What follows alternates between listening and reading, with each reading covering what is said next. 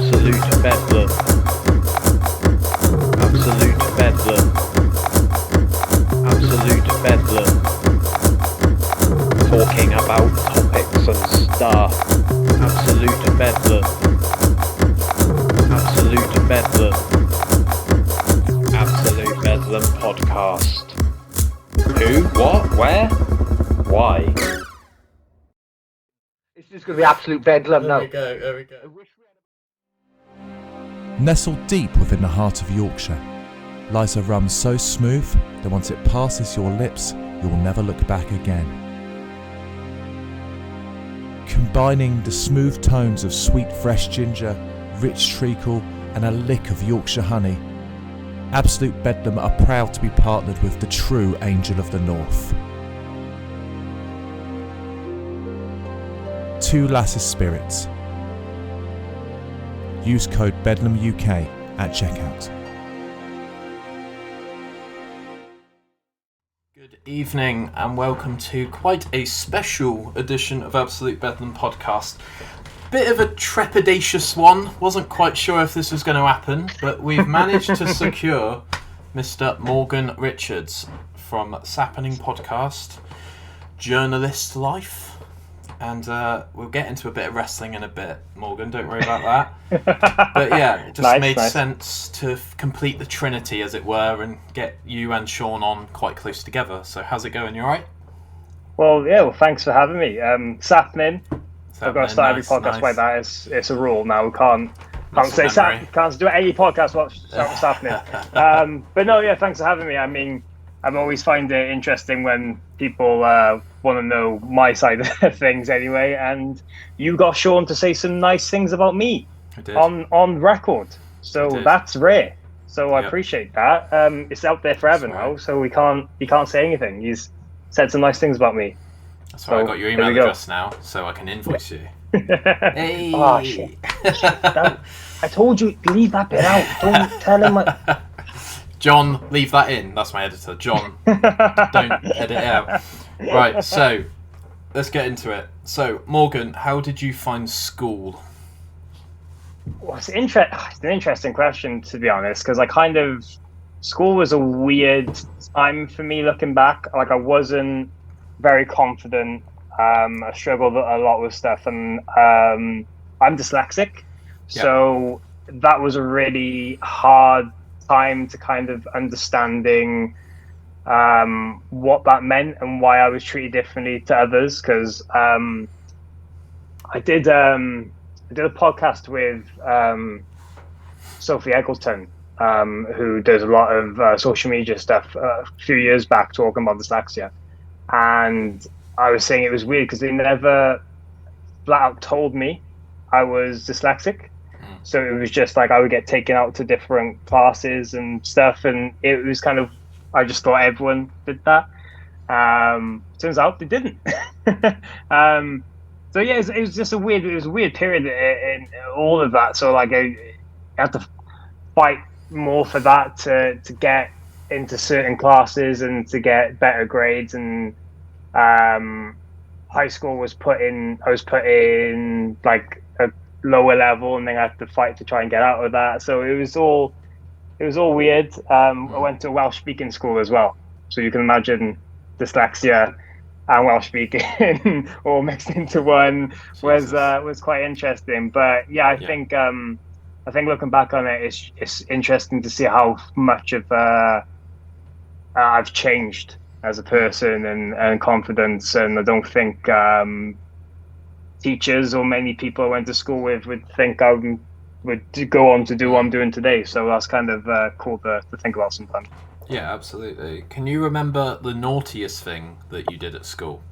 I'm happy to drop mine first to make you feel a bit more comfortable if you want. Go on then, let me hear one of yours, and then I'll try and work out what's appropriate.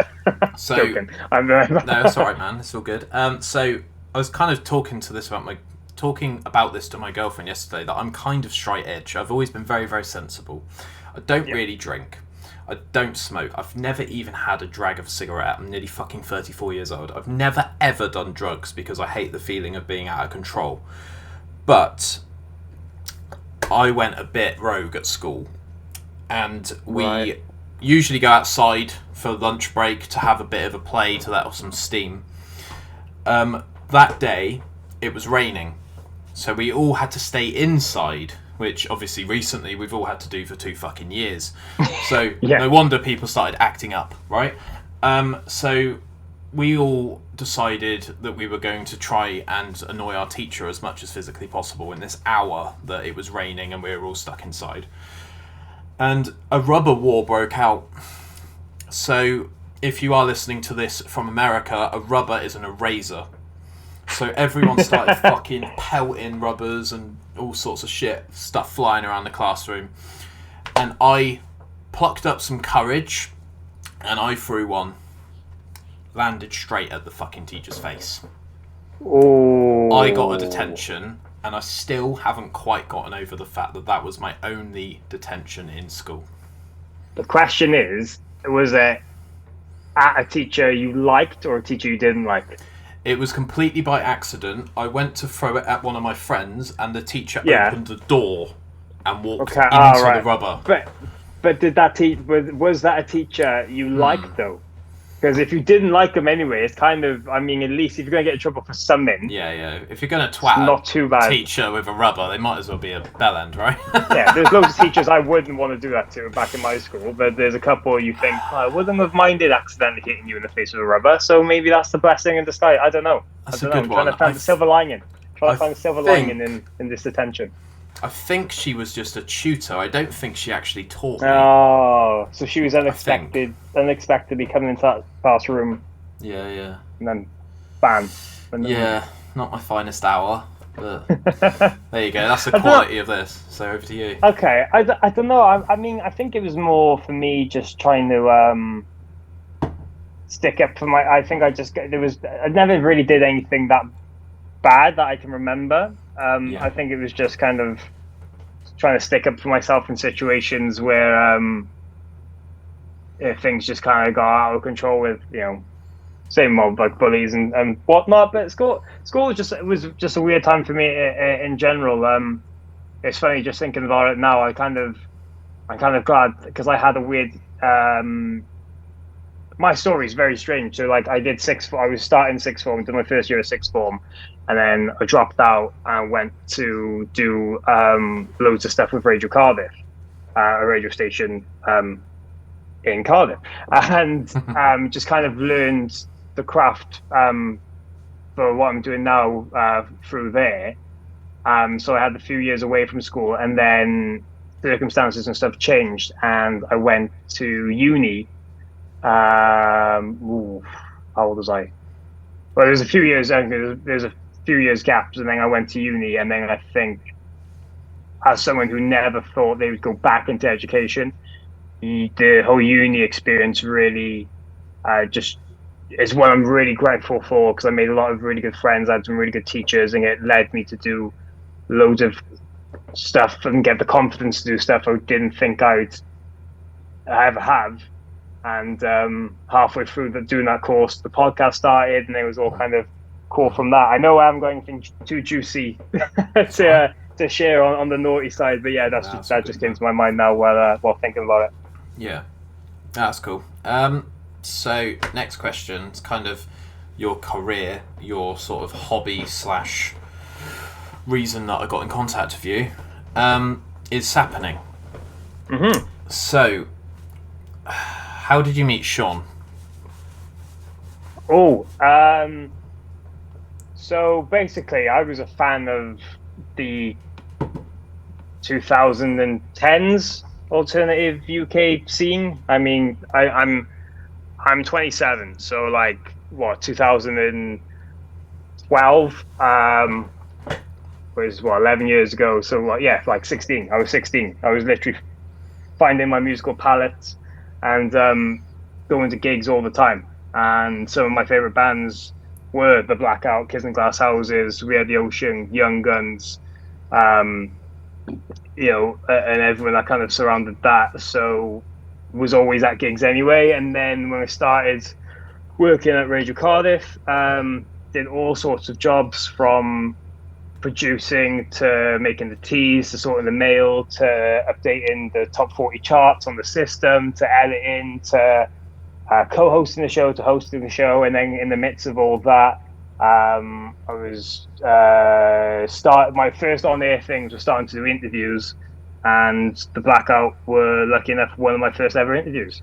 So just kind of through that, we stayed in touch. I did loads of interviews for the radio with the Blackout around their kind of Hope, Start the Party, and Wolves cycles.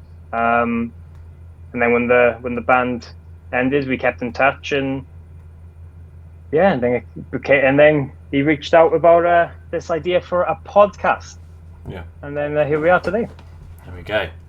So podcasts were relatively sort of up and coming, I think, when Sappenin first started. Like, this is nearly 3 years old, and I feel like I've hit this at a time where now it's so ubiquitous across, like, next door neighbour might have a microphone, you know, the guy down the road might have a microphone.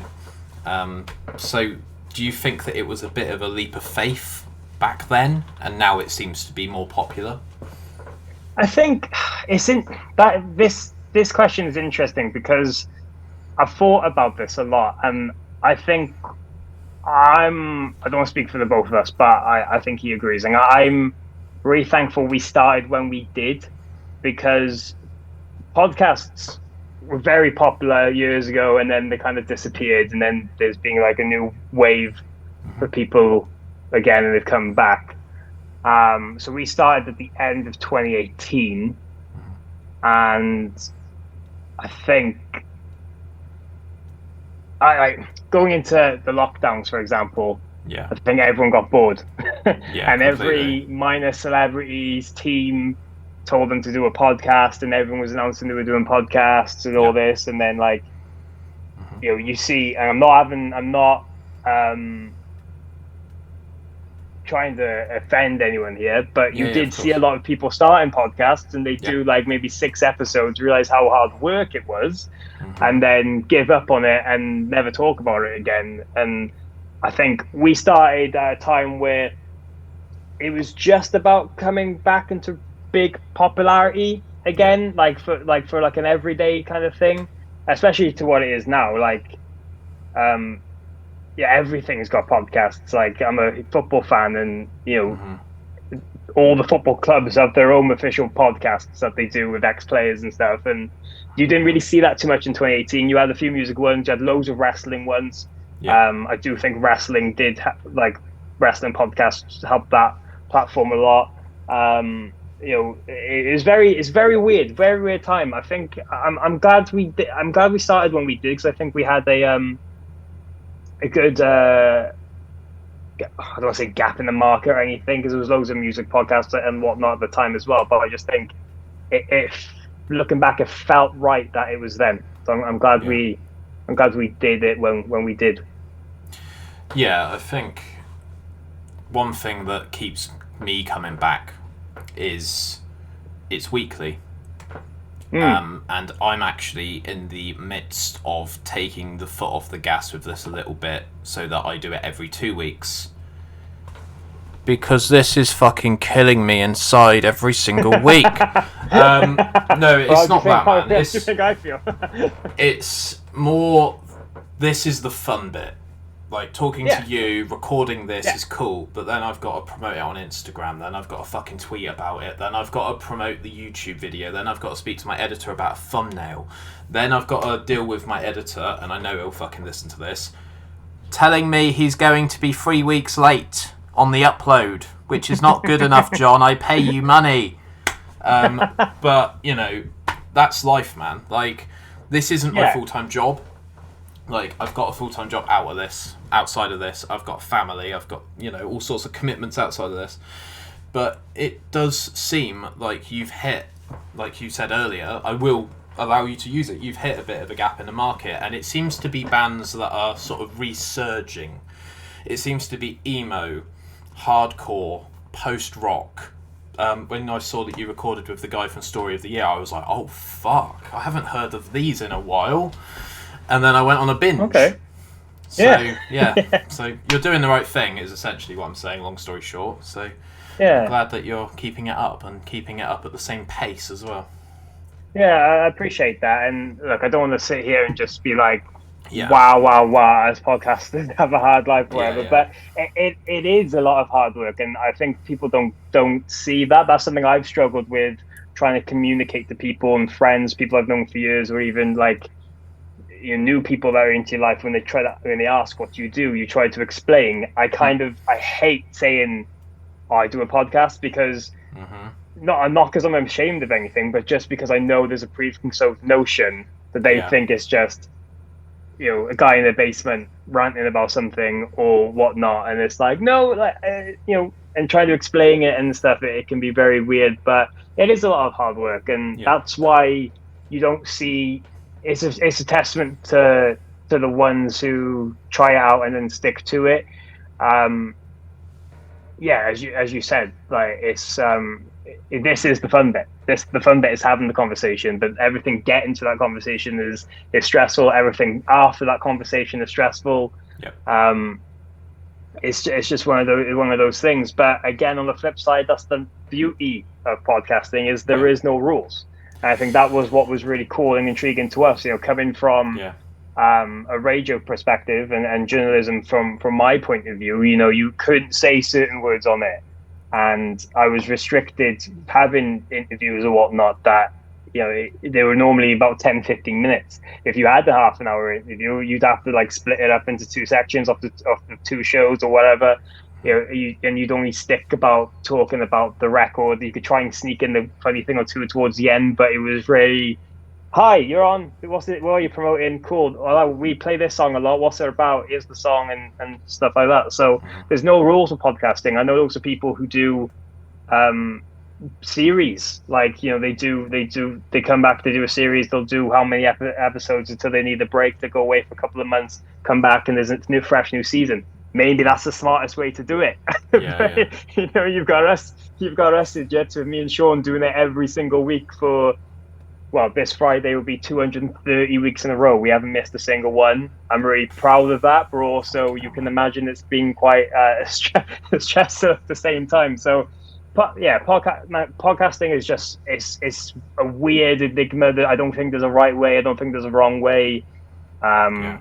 Again, kudos for anyone who wants to give it a go and trying. I'm not knocking them for that. I think it's very creative. It's very freeing. You can do what you want, but it is interesting sometimes when you see people realize it's not just having this chat, it's everything that comes with it and after it and all that grind. But I've been in a similar situation with you of trying to explain what this is, and I always just say, oh, it's like radio, and people go, who have you had on? I'm like, Billy Sheehan, Brendan from Wheatus, MC Lars, Ashens from YouTube, Robbie Knox from YouTube, and they'll go, oh, I don't really know who any of them are, and I'm like, right, Billy Sheehan, David Lee Roth, Van Halen, and they're like, oh, I think I've heard of Van Halen. I'm like, what are you on about? You've heard of Van Halen, mate? Like, fuck off. Just fuck off. Like, they've got like 200 million views on YouTube for like Hot for Teacher, Eruption, Panama. I tend to disengage with people like that because I'm like, well, I enjoy doing it. That's all that matters. If I get 3K views out of it on YouTube, then that's fantastic. But fundamentally, I'm doing this for myself, and if other people enjoy it, then that's cool. But it's the same with anything. Anything you do, you need to do it because you enjoy it. If you fixate on numbers and getting likes and views and all that, it's never going to go anywhere because you're just focusing on what's going to succeed. And ironically, thinking like that doesn't work out. So like. It's just one of those things. It's interesting watching like new films and TV shows that come out because I watched the Jonah Hill film a couple of months ago, and his character does a podcast in there. He's going out with this girl, and he's trying to explain to the family what he does, and they're very like, that's not a real job, and you're like, so it's interesting to see that that's now a running gag in like pop culture and stuff. So but yeah, it's just one of those things, man. It's just one of those things, and I'm not angry about it. It's just funny. It's just interesting when people ask about it, who might not be familiar with maybe that much into music or whatnot, and it's like, okay, cool. I'll try to communicate this correctly. But yeah. Next question is, why is Sean Smith such a fucking mood hoover? Why is he just constantly putting misery on everyone? I'm only joking. That's what he said in his last, when I had him on. Right. He said, I think I've broken Morgan with my misery. And I'm surprised he still puts up with me every week. Oh, it's funny. No, I like Sean, genuinely. For the record, he's a nice guy. I love him to bits. I speak to him every day about stuff. If it's to do with this, or if it's just personal stuff, or just jokes and sending whatever. But no, it's been funny because there has been times like we've been doing this for like 4.5 years now, and talking about how much I've changed over the years. It's been interesting to see my confidence change even more since starting this to now. And he said there's been things before which I've said or whatnot, and he's just started laughing and being like, "You never would have said that when we started, and now I've broken you into it." And like, it's just funny. But no, I love the guy. Absolutely love the guy. Absolutely. One thing that is quite apparent if you listen to a couple of episodes of Sappenin, what happened there? I had a stroke. Is your relentless ability to put puns into every single band that you have on. When did that start? And does Sean genuinely hate it, or is it just a bit? No, right. This is something that people always get confused by. He generally can't stand it, and he generally forgets every single week because being right is how the sausage is made. Right, the intro and outro is probably the last thing we do. Yeah. Compared to the process of everything, right? Yeah. So when we do it, we're talking about loads of things beforehand, and then we're like, okay, then we're going to record. Yeah. And then we get into it, and the general look on his face is, "Oh fuck!" It's the bit where he says the bit now where he says the puns, and his reaction's a general reaction every time, which I always find quite funny. There's been a few times where he's joined in, and he hates that, but he's had to kind of one up me. I don't know. It started. I remember on episode 3, when we had our first guest, Alan Phillips of Kids and Glass Houses. I started making them on there, and saying like, giving people what they want, and it matters at all, and all that. But I used to do it a little bit at the radio as well. Not as much, just a little bit with the interviews that I was doing to kind of lighten the mood, because as I said, you only have like 10 minutes for people, if that. So it really broke the ice early on. But yeah, with the podcast, like we started doing it there, and it got some laughs, and then it just kind of became a running thing. I love puns. I'm quite like tongue in cheek and stuff like that in my day-to-day life anyway. So any excuse to fit those in. But it's interesting. Some bands have got amazing song titles for puns, right? Where it writes itself and it's easy. Others really don't. And it's a struggle. And I always find it funny when we have someone who's not a musical guest. So if you've got a wrestler or a drag queen, a journalist, movie stars, whatever on, and I've got to try and think outside the box. You can see Sean thinking, oh, he's going to be stuck there, and I always pull out something. Look, they might not be the best puns every week, but at least I'm giving it a go, and I know people do generally laugh at that bit. So yeah, I know people hate that bit as well, but it's just one of those things. That's it. Wrestling questions. So we're going to go to a break in about 15 minutes. So where did your love of wrestling come from? And have you ever seen it live, as in sort of WWE, or do you tend to stay local in your sort of wrestling scene? Oh no! So the first bit of that, funny enough, I got into wrestling through a sticker book Okay. back in the day at school. So I was really into, when I was little, I was really into like Pokemon cards Yep. and Yu-Gi-Oh, like anything like that. Premier League sticker books. That was the first where it all started. I used to love getting like a pack every now and again, looking for the players to get, and then like, it led to like Pokemon and Yu-Gi-Oh, Digimon, all that kind of stuff. And then there's a couple of kids at school who liked wrestling, and I didn't really get it because I've never been like a sporty person really. I love football. I'm mad on football, but it's kind of a switch off from reality, kind of escape for me. Yeah. I'm not a good sport. I'm half decent goalkeeper on my day. I can be. But so I'm never really into it that much. I've changed now. I do like NFL a little bit. I like the NBA, and wrestling is like one of my biggest passions. But from a outsider's viewpoint kind of thing. Yeah.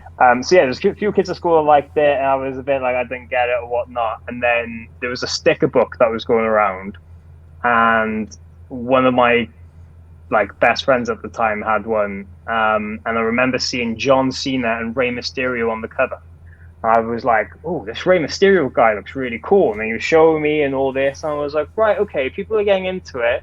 I remember watching one like an episode of Raw or something a couple of weeks later, and just being like fixated on these characters and what they were doing and the cheers and like the Undertaker and John Cena and like when Edge was a really bad guy and he was costing everything Cena was doing. So I just got like fixated on that and had and then got the got the sticker book and kind of went crazy on that and then learning about it and stuff. And then I really got into it throughout my late childhood into my early teens. I had a period where it wasn't cool to like wrestling then, when you're kind of, everyone goes through that. I've talked to so many people where they have those few years where they turn off of it. And then got back into it. I want to say late teens then, early 20s, watched, I think it was either WrestleMania 30 or WrestleMania 31, where I think it was 31 because I think I heard people talking about the Undertaker's streak dying. I remember that as a kid going, "Oh my god, what they've actually done it!" So like I watched it, and then from that thing I just got fixated on it again. But to answer the second part of that with watching it live, I've been very, very, very lucky throughout the years with my career. So with the radio, and I did a lot of work with the Mirror for wrestling for a while as well. So I've been lucky enough to cover it and go and watch it in. Well, I've been to house shows in Cardiff. I've been to pay-per-views in London. I've been lived my childhood dream of going over to America to watch WrestleMania 2 years in a row as working press in New York and New Orleans, and that was like the ultimate dream come true moment for me. That was like always. I remember staying up for my first WrestleMania when I was a kid, and like staying up 1 o'clock in the morning until 4 a.m. and just like I needed to watch this, and dreaming ever since like, oh, that would be the ultimate goal, would be going to a WrestleMania. And the fact that I can say I've been to 2 and been there as working press and done interviews with loads of the wrestlers and stuff has been really, really cool. But yeah, wrestling, like I go to as many shows as I can. If WWE or AEW are ever over, I always tend to go. I think for my 13th birthday, I went to watch TNA in London, and I've been to loads of local shows in the UK indie scene with Progress and ICW and stuff. So yeah, love wrestling, absolutely love it. It's again one of those escapes, but I love the fact that I can kind of incorporate it into work as well. And we did an episode of Sappenin when WWE did their Clash at the Castle pay-per-view from Cardiff, and we went there the day before and had access to a lot of the wrestlers and did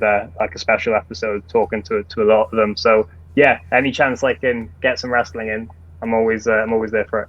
Love that. So my friend John actually has a question specifically about TNA. Oh really? Do you Wow. know a wrestler called James Storm? Yes, I do. I do know a wrestler called James Storm. He was a part of the tag team Beer Money, which I really enjoyed when I was a kid. And I actually, speaking of that time in New Orleans, I saw him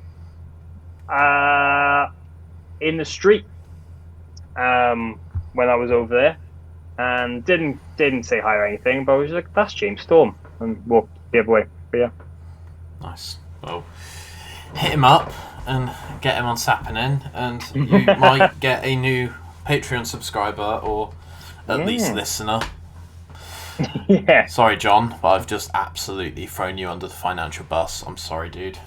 Am I right in thinking Patreon for you guys, does it start at £1 a month?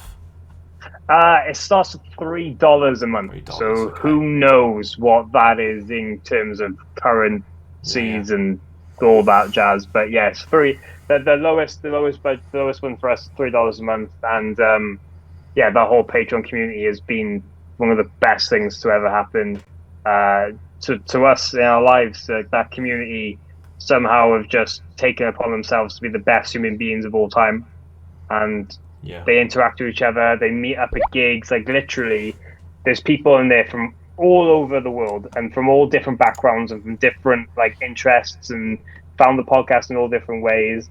And there's people who have met up. All the Australians met. Loads of people from the Australia side of it met up and went to loads of different gigs throughout the last few years. Someone travelled all the way over there just to hang out with someone. Someone from Australia came to London to hang out with shows. There's people regularly meeting up at gigs in the UK and festivals and all that. It's wild. I think there was a bit where someone from America and Germany was in London together. It's you can't keep up with it. It's crazy to think that that's ever come from what me and Sean do and just talking nonsense to people. But I'm so thankful for it. And if anyone is interested, patreon.com/Sappenin. Do you want to check it out, please? Nice. John, blur that out. Yeah. Just What do did the he beat say? for like What did he say? 2 minutes. Love it. Right, we're going to go to a quick break. I've got a couple more questions for you, so I'll let you go grab a drink or whatever you do in your 5 minutes. Thanks for watching so far, guys. If you are on YouTube, please subscribe. Most recent video's done like 5k views, but no one subscribed. What? Fucking press the red button below. It's free. It's free. Until I decide to do world domination, and then you get a join button and you'll have to start paying me. But for now, it's free, so get fucking involved, alright? But we're going to go to a quick break, and we'll be back very, very shortly. So I'll see you in a second, Morgan, alright? Absolute Bedlam. Shanty Spirit, based in Bournemouth, UK. Dorset Botanical Seaweed Vodka. So I met these at Bournemouth Air Show 2 years ago, and I wanted to get them on the podcast, which I've done in the previous episode. And I wanted to speak to them and promote their products because I think they're onto a winner.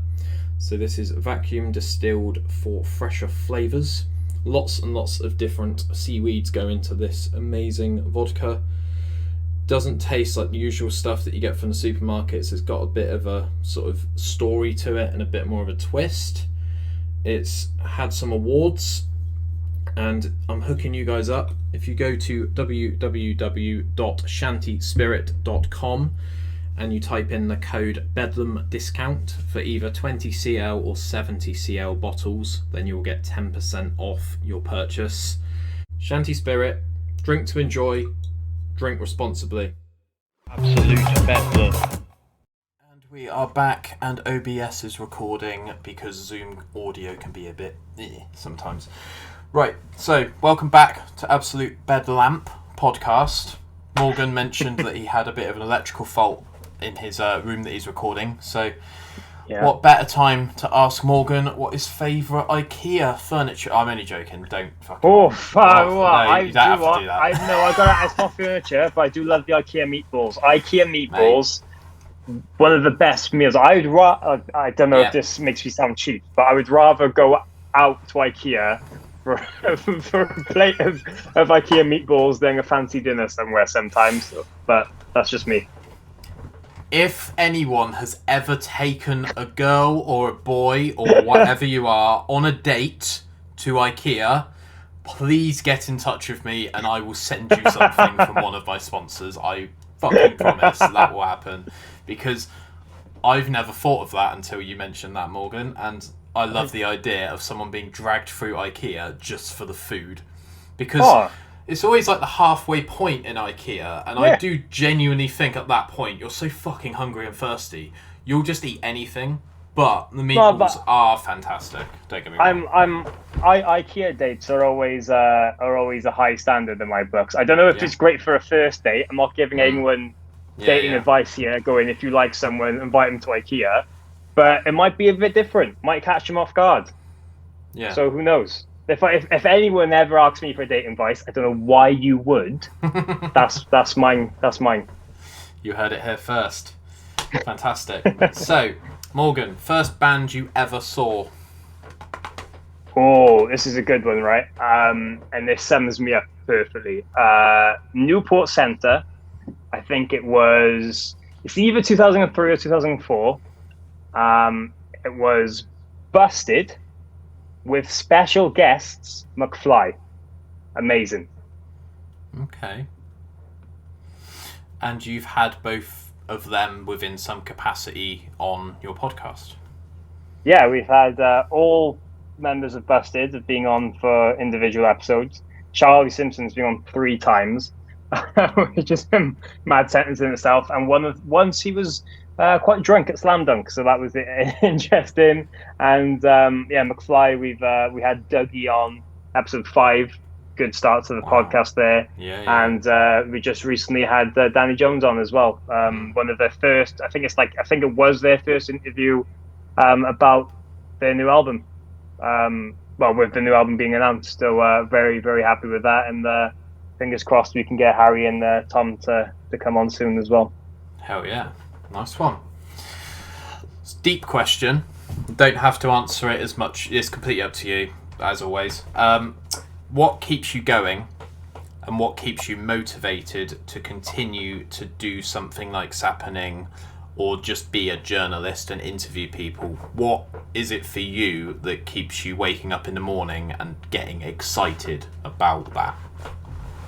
Ooh, that's a really good question. I haven't thought too much about this. I think, the thing is, I've always been a huge music guy. Like, I've always been into music. I've always obsessed over music. When I was younger, I play guitar and everything. When I was younger, the dream was to be in a band. Me and my friends from school, we were I'd go around his afterwards, and we would jam on our guitars and whatnot. And you'd have the ultimate dream, don't you, of being in a band and whatnot. And we never did anything. we played an acoustic open mic once, which was very funny to think about. That dream early on, I knew that wasn't going to happen. It was just that kid dream. But I was always interested in the stories and stuff behind music. I wanted to know things behind the scenes. I wanted to know how this works. I wanted to know the little things you don't really get to find out about your favorite musicians or whatever. So that was really the catalyst for me wanting to do interviews and ask, because I've always treated interviews, no matter if it's with a band or a wrestler or whatever. You want to talk about things I either want to know about or share their story and share their struggles and wild moments and things, because everyone's got such unique tales. It's very interesting. And I'm not sure how to answer this, but I think just the fact that don't know if it's not wanting to let anyone down, because I'm so proud of what me and Sean have been able to do and build to this podcast. Like, he jokes a lot that he thought we'd do about 5 episodes, people would stop returning his calls, and we wouldn't do anything after that. But like, to think that we've gone 230 weeks now this week, in a row, I'm always very proud of that, and I think I always want to keep that up. Like, I hate the thought of not putting one out one week, and not to sound like big-headed or anything, but I've been very lucky enough to meet a lot of people and befriend people from the Patreon, or just people who have messaged me since we started this podcast and go, like, they look forward to listening to us every Friday. Doesn't matter who it is, it's just as part of their routine and stuff. And I really don't want to let the thought of letting anyone down. And there's been times when me and Sean have really struggled with a lot of things in our personal lives, and it's been hard getting episodes out, just because there's been like a lot of stuff going on. And those people in the Patreon have said like they'd understand if we needed a week off or whatnot, but just the fact that they support us and they do everything they do for us, not being able to put one out one week, I would feel very cheeky in that regard. But yeah, like, I know it brought a lot of people together through lockdown as well, just having that kind of common interest. And as I was saying earlier, just the fact that I know people who have become friends just because they listen to this podcast. I know people who have gotten into relationships because of this podcast. I know people like we were lucky enough to go to two of our patrons' wedding, like, marrying each other, like going to their wedding.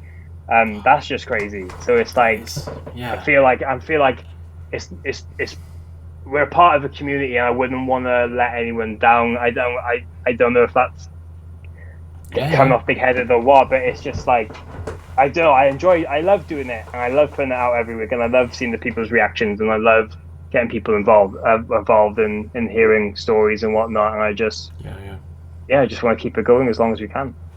No, I remember when you emailed me earlier, because I emailed you saying, do you want to do tonight, or should we reschedule? And you said in the email, I don't want to let anyone down, or I don't want to let you down.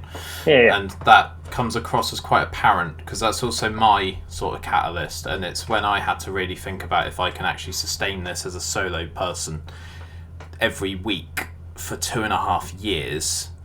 I've had to put family events off to record, and it's only an hour, like, don't get me wrong, but it's like sometimes it's slap bang in the middle of evening to night, because I record at 8 p.m. usually, and I've had to sort of sacrifice quite a lot, sort of, and I've had to push other things back to be able to do ABP. So I do 100% understand what you're saying. There's also a moment where I book a big guest, and I just think to myself, well, they're not going to show up. Like, there's literally no reason why Brendan from Wheatus would join this fucking Zoom call and talk to me, because I just think to myself, it's probably a sense of imposter syndrome, because I'm not a big deal. Yeah. I'm just trying my best and trying to be as consistent as possible and telling people to fucking follow their dreams. But what is Brendan from Wheatus getting out of this other than a little bit of promo? And he's a really good example, because he instantly followed me back on Twitter, which made me want to fucking throw my phone into the ocean, because I can't handle that sort of shit when it happens. I'm just like, what do you mean you're following me back? You know I exist. What the fuck is going on? Yeah. And yeah, I don't know. It just feels weird to kind of have a bit of a direct line to people like yourself now. It feels quite strange. Yeah, I can relate to that a lot, especially the whole imposter syndrome thing, because there's been so many times where, I put myself in the shoes as that 16-year-old emo kid who was queuing at gigs and going to sign-ins and queuing up to buy the latest record, the release date and stuff, and can't comprehend some of the opportunities and experiences and situations I found myself in. Like, You talk about that for some reason. Half the people who follow me on Instagram, I'm like, why do you follow me? Like, Mikey Way from My Chemical Romance follows me, and I'm like, what? Why are you? Why? I love it. It's the best thing ever. I love showing. Yeah. I love showing people. But it's like, Yeah. really? The bassist for My Chemical Romance follows me on Yeah. Instagram. What? Yeah, But it's just. I think it's just those moments though as well. Like I think one of the things I always get in my own head about on the podcast is, do I come across too much of a fangirl or a fanboy or whatever during certain things? But then I go back and go, well, no, but this means a lot to me. Like the fact that McFly are on and trusting us with their like first interview around their album campaign, that means a lot. They were literally the first band I fell in love with. Busted was my gateway into bands and music, and then I fell in love with McFly. And McFly have been a band who I've literally grown up listening to. All the different sounds and cycles and stuff have like soundtracked my different periods of my life and growing up. And the fact that now it's like, oh, I'm sat here talking to Danny, like this is a big deal. So why wouldn't I talk about that and say like how much I love them and what they mean to me? But then you do think like, oh, am I being too much of a nerd? Am I like playing it down? Am I not cool enough? And there's been loads of situations like that, and there's been situations where like I've literally just started laughing about like, what am I doing here? Like we were really lucky enough last summer to do our first ever live podcast, and our first ever live podcast was in front of, on the stage at Download Festival, of a full crowd. Like, how does that make sense? I've been going to Download since I was 20, like since 2014. I've been really lucky enough that majority of those times have been through press and whatnot. But I know it's a stretch, but to say that I've performed at Download, I play Download Festival. That should never be allowed. That should have never been allowed. The same with 2000. We did it at 2000 Trees, and that was the same as well. And like, one of my favorite bands is Jim Eat World. So we were opening the festival every day. Well, there was yoga. There was yoga on in the same stage we were doing. Then we were doing a live podcast, and then after that, the bands were starting. So I was jokingly saying that, well, I'm opening for Jimmy Eat World. I'm technically I'm opening up for Jimmy Eat World. As much of a stretch and a joke as that is. But so I mean, like, there's imposter syndrome moments, man. Sometimes I feel like, this is too far. Like, I don't feel like I'm the person people expect me to be. But then at the same time, I look at those moments and go, that's incredible. Like, I never would have thought these things would have happened. And you just got to enjoy it. You just got to take every bit of happiness as you can. And who knows what's going to happen in the future? Who knows how long anything lasts? Look, I do this with a guy who was in a very successful band for years, and then all of a sudden it went away. And now he's back. I'm really happy for him. I'm ecstatic that the Blackout are playing Download again, and I'm really, really happy for him and the boys generally. But I can see how much you can miss something and take something for granted. So that's what I don't want to do with this. I'm genuinely surprised Sean Smith took time out of his day to not do yoga at Download Fest in order to do your podcast.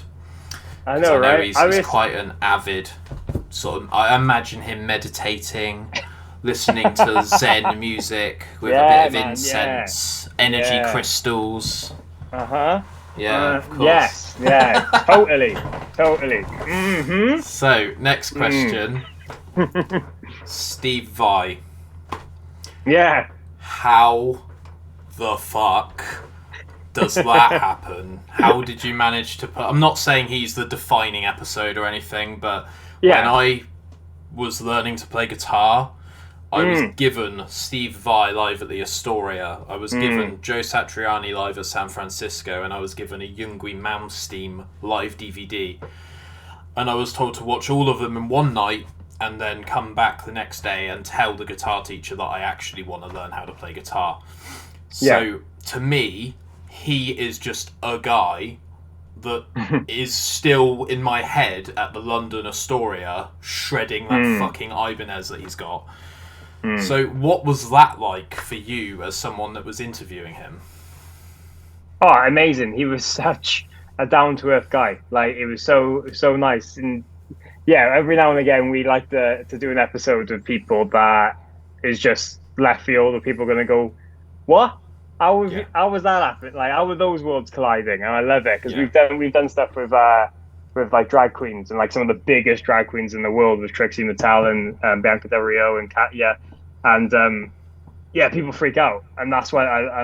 We just had Glenn Matlock from Sex Pistols on as well. Mm-hmm. But Steve Vai was one of those ones where it was like, well, we have to do this. Like, we cannot do this. And he was, he was the coolest guy. Literally, he was the coolest guy. I think I kind of felt like he felt it was quite a refreshing bit of press for him talking to us and just us having laughs and stuff with him. And I asked him because he likes to do beekeeping as a hobby. We're going there. So mate. We're going there. So Don't I worry was about that. so I was asking, but I'll leave that bit. I'll leave that story. Yeah. And That's but he and he even gave us like at one point he was talking about like writing riffs and stuff, and he just pulled out his guitar and started playing for us. And we were like, I was looking at Sean going, how is this? What's going on here? Like Steve Vai is playing a private gig for us, and I know he said before that like there's people who would pay thousands and thousands of pounds or something like that, and it's just me and him sat there going, yeah. And then what didn't make the episode? He then showed us a video of him playing his new guitar, something on his new guitar. Hydra. Yeah. The Hydra. He showed us a video of like the prototype of that and him playing on there. And then he asked, "Can we not use that because he plays a bum note?" I'm like, "No one's gonna know it." But I was just like, "Sure, Steve Vai, whatever you want." But yeah, he was really cool, man. He was really cool. I loved it.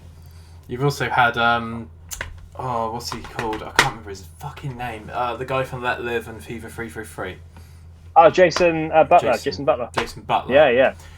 What was that like? Because he's a bit of a sort of...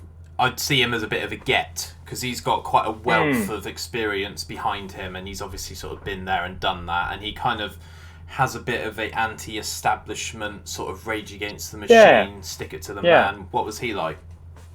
Oh, he's the loveliest guy. He's very... On stage, he's just a wild maniac.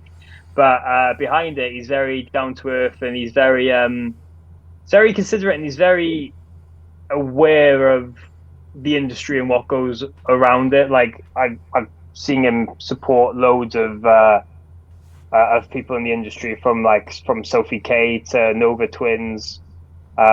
He's someone who really has like he's like on the pulse with a lot of stuff. But yeah, that was our 1 year anniversary special. So which was really cool, and Sean had a really cool history with him because they did the Krang tour together back in the day with the Blackout and Let Live, and so it was nice to kind of have them reconnect, and then also me get into a lot of things I've just always wondered about. He's from my point of view, he's a really cool dude, and it was just really cool to get some stories out of him, and hopefully we can do one again, because I know him and Sean really got on during that process. Fantastic. Where's the honey gone? Look, I've asked. Steve Vai promised He did, I heard that him. he would send us this honey, right? And I've tried to chase up with their management, with their press, with everything, and just say, look, he promised us this honey. I've given their management both my and Sean's address, and we're still waiting for it. So I don't know. It's either, as a joke Sean was making, is he's either Steve Lai or our honey's being stolen, and we will get to the bottom of it. I think he needs to come on for part 2. And he needs to tell us what's going on with this honey, or we do it in person and he presents us the honey. Then I would take it. There. That'd be great. Just be like, we're not interviewing you. You owe us. No, it was the honey. Yeah. Until the honey appears, this mic ain't getting turned on, mate. And I think this might be the actual whistleblowing episode where Hermes finally get their comeuppance, because they are shit. And I think that's potentially one of the reasons why you haven't got your honey, Morgan. Who knows? Who knows? No, but he's a very busy man. Yeah. And the last thing Steve Vai needs to... What a weird sentence, though, right? Isn't it? That's just such a weird sentence. Steve Vai wanted to give us honey. Like, that's weird. That's just... I never thought I'd be saying that sentence. But it's the running gag now. But no, like, he's writing killer riffs for everyone, isn't he? So, like, I get it. But send some honey. Send some honey to South Wales. He's a busy bee. Oh, fucking hell! Look, if you need a replacement for Sean, mate, just fuck it. Do you know what I mean? Oh. Right. So, got to rocket through these a little bit more now. So, just first things first, because we kind of mentioned this in the first bit. Thank you for Sappenin, and thanks for the work that you do, because I do struggle sometimes with taking compliments when people come up to me and they message me and they say Absolute Bedlam has really helped. Even if it's been like, it's helped me get to sleep, which I'm like, I think that's a good thing, that I've managed to put you to sleep. Yeah, we've had that. Boring people to sleep, yeah we've had that. It's really easy to get into tunnel vision, though, isn't it, when you're just grinding and you're just creating content and you start feeling yourself go through the motions and you become a bit of a rat in a maze. And sometimes you need to sort of pull that rat out and say, look, I genuinely do appreciate the work that you do. So I just wanted to get that out of the way, because it's just important to hear it sometimes, isn't it, you know?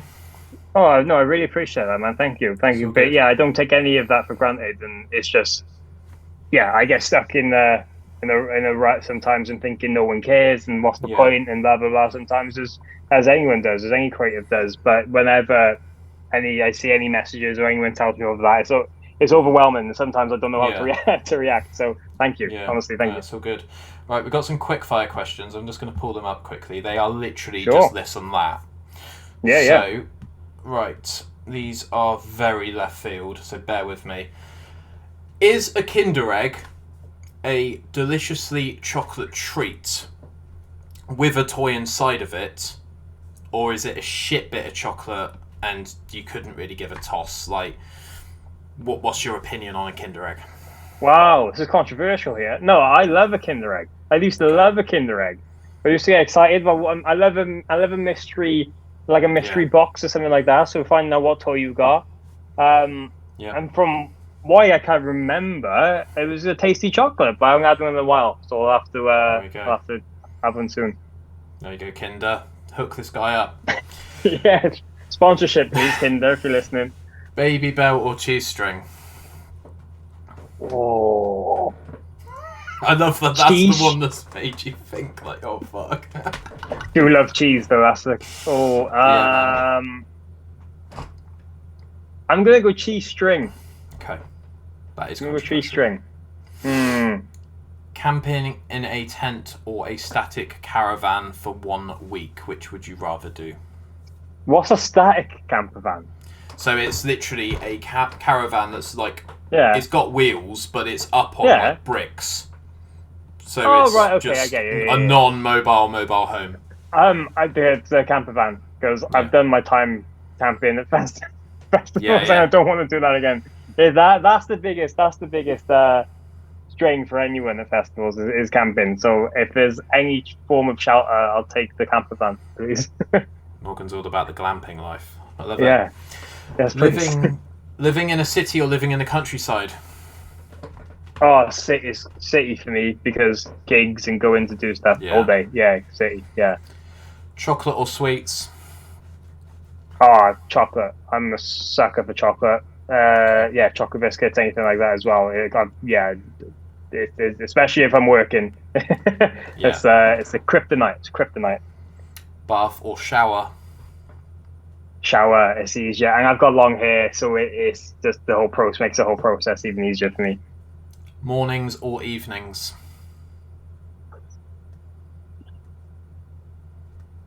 I'm not sure. Indecisive, really. Same. Because I work, I do stuff on both. Like I can be very creative in the morning or the evening. It depends on the day and what's going on. So I'm gonna just play it down the middle with that one. I'm not sure. I like that. Like that. Centrist. Mint choc chip or chocolate orange? Oh, chocolate orange all day. I'm not a big mint guy, see. Don't really like mint that much, so chocolate orange, big.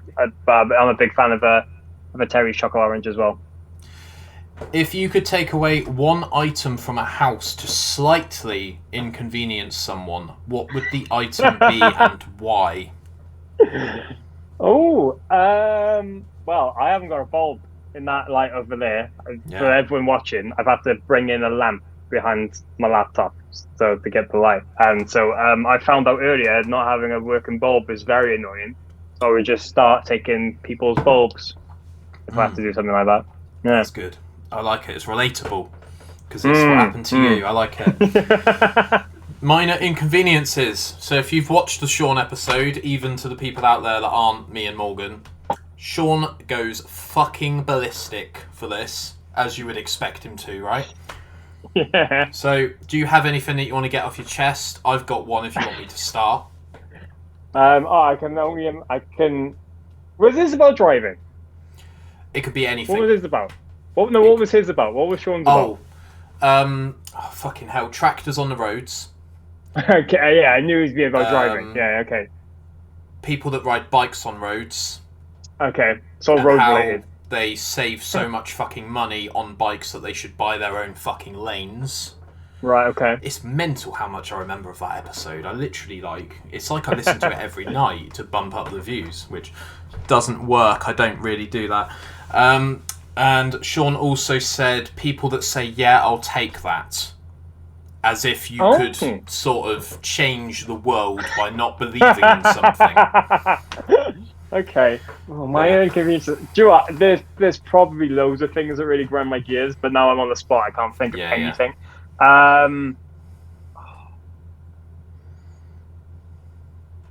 Yeah, I've gone blank on this. If you've got any for yourself, go and I'll try and think of some. People that just exist as if they go to town with no objective. They literally just want to fucking bimble around, get in your way, stop when they're in the middle of walking. Public service announcement, guys, right? If you don't know what you're fucking doing, go home. No one wants a fucking granny in front of them in the checkout section of Tesco that doesn't know how to use a fucking self-service checkout. Get your shit, go home. That's it. That's the fucking tweet right there. Well, you've just said self-service checkouts, and they do annoy me a bit because, especially when it's like unexpected item in bagging area, and you're like, no, it's not. And you always have to call over the girl or the guy or whatever, someone to come and fix it, and then it saves time sometimes, but then it doesn't. It's the whole thing.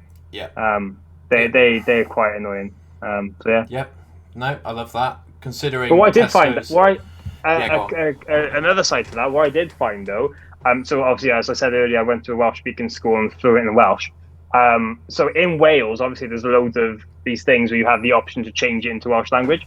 But I found there's loads of Welsh language options in places outside of Wales as well, which I've found mad lately. There's loads of McDonald's you can order in Welsh. So if you ever want a fun game of trying to understand what the hell this means, change it into Welsh and see what happens. Welsh roulette. Yeah, some words perfectly translated and it's quite funny. Other words wouldn't understand. Nice, I like that. There we go. We try and provide you with a service, guys. So when you're not listening to this, then give that a go. Why not? Something to do. Any questions for me as a fellow podcaster? You can pretty much ask anything you want, and I'll be as honest as possible. What's something you always look out for in other podcasts, or what other podcasters do, and you try and incorporate it into your show?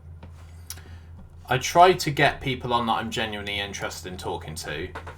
I kind of try to follow the Joe Rogan model of this guy's fascinating. I'd love to get him on and pick his brains and find out what actually makes him tick.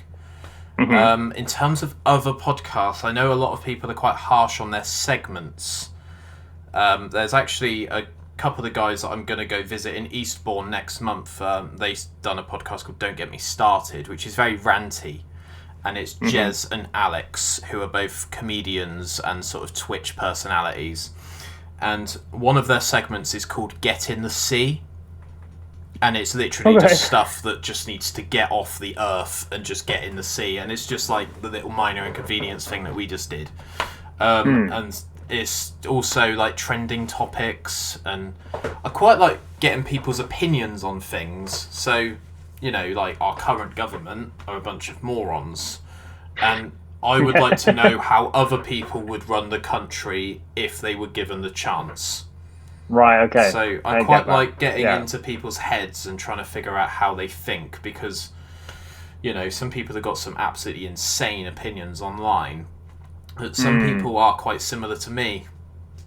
So I quite like that side of it, really. Well, there we are. Nice one. 2 more questions, then I'm going to leave you to your evening. We've got about 9 minutes left, so we'll try and get through this as quickly as possible. All good. Favourite fast food?